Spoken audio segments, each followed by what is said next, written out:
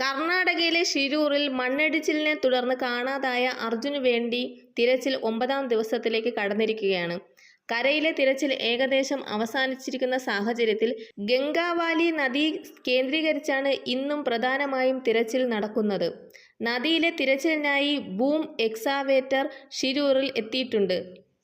നദിയിൽ 61 അടിയോളം ദൂരത്തിലും ആഴത്തിലും പരിശോധന നടത്താൻ ഈ ക്രെയിനിന് സാധിക്കും. മലയാളി ഡ്രൈവർ അർജുനു പുറമെ തമിഴ്നാട്ടുകാരനായ മറ്റൊരു ഡ്രൈവറെയും അപകടത്തിൽ കാണാതായിട്ടുണ്ട്. നാമക്കൽ സ്വദേശിയായ ലോറി ഡ്രൈവർ ശരവണനെയാണ് കാണാതായത്. ശരവണന്റെ ബന്ധുക്കളും ഷിരൂരിൽ പരിശോധന നടത്തുന്ന പ്രദേശത്ത് എത്തിയിട്ടുണ്ട്. ധർവാഡിയിലേക്ക് ലോറിയുമായി പോകുകയായിരുന്ന ശരവണൻ മണ്ണിടിച്ചിലിന് തൊട്ടുമുമ്പാണ് ഷിരൂരിൽ എത്തുന്നത്.